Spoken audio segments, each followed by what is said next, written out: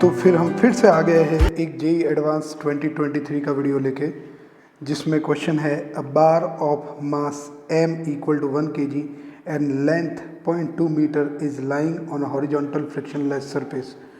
सो अपने पास एक बार है, मेटल का हो सकता है, किसी का भी हो सकता है, और ये बार जो है इसका मास 1 kg है और इसकी लेंथ जो है 0.2 मीटर है और ये एक फ्रिक्शनलेस सरफेस पे लाई कर रही है। One end of bar is pivoted at a point about which it is free to rotate. So ये पॉइंट अपन मान लेते हैं ओ के अबाउट ये फ्री टू रोटेट है। Small mass m 0.1 kg is moving on the same horizontal surface with speed 5 meter per second on a path perpendicular to the bar. It hits the bar at a distance L by 2 from the pivoted end.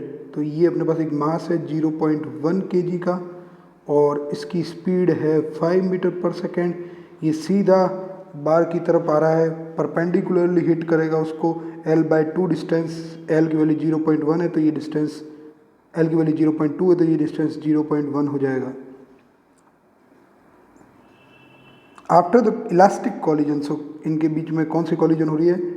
Elastic collision हो रही है। और elastic collision के बाद जो है ये कुछ कंडीशन बैठ जाएगी जिसमें ये रॉड है या ये बार है और मास उसी पाथ पे रिटर्न कर रहा है विद स्पीड v।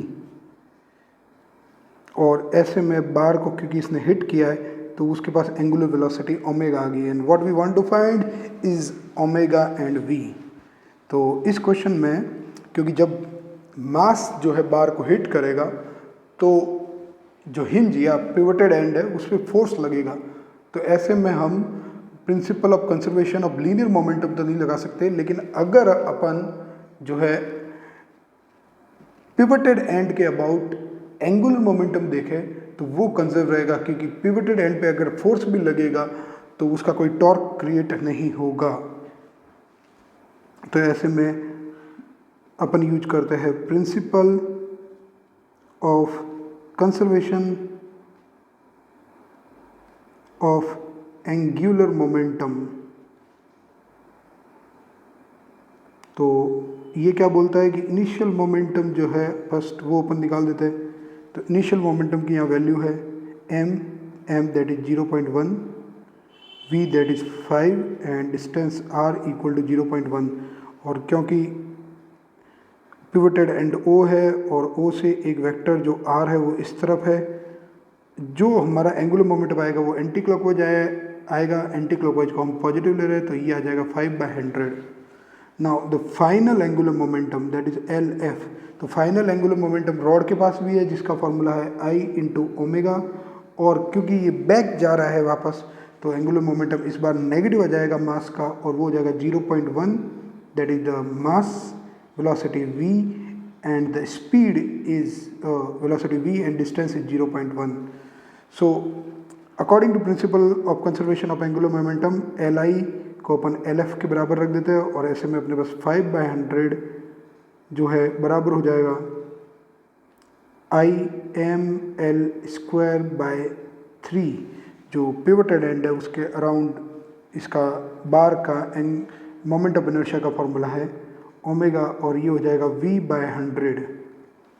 अब इसको अपन फर्दर सॉल्व करते हैं। तो फर्दर जब अपन इसको सॉल्व करेंगे तो अपने पास आ जाएगा 5/100 इज इक्वल टू m की वैल्यू 1 है, 0.2 का square 0.04 divided by 3 into omega minus v/100। और जब इसको 100 से मल्टीप्लाई करके सिंप्लीफाई करेंगे तो 5 equal to 4/3 omega minus v, जिसको अपन लिख सकते हैं 15 is equal to 4 omega minus 3v। तो एक इक्वेशन अपने पास ओमेगा और v में आ चुकी है और दूसरी इक्वेशन के लिए हम जो है यहाँ पे कॉन्सेप्ट यूज करेंगे इलास्टिक कॉलिजन का, क्योंकि यह कॉलिजन इलास्टिक है।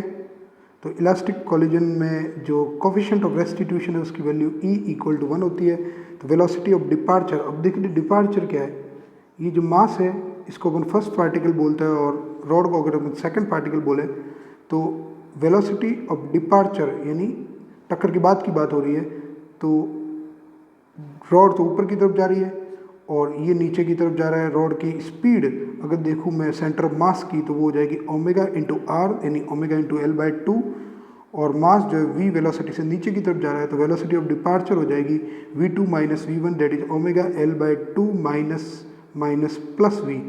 So omega L by two, L is 0.2, सो 0.2 को 2 से डिवाइड करेंगे 0.1 प्लस v। और जो वेलोसिटी ऑफ अप्रोच है वो अपने पास, क्योंकि अप्रोच तो सिर्फ कौन कर रहा है, बॉल कर रही है, और रॉड ऐसे में 0 पे है, अप्रोच कर रही है 5 मीटर पर सेकंड से, तो ये 5 है। तो यहाँ पे हमारे पास velocity of approach equal to velocity of departure, that is omega by 10 plus v।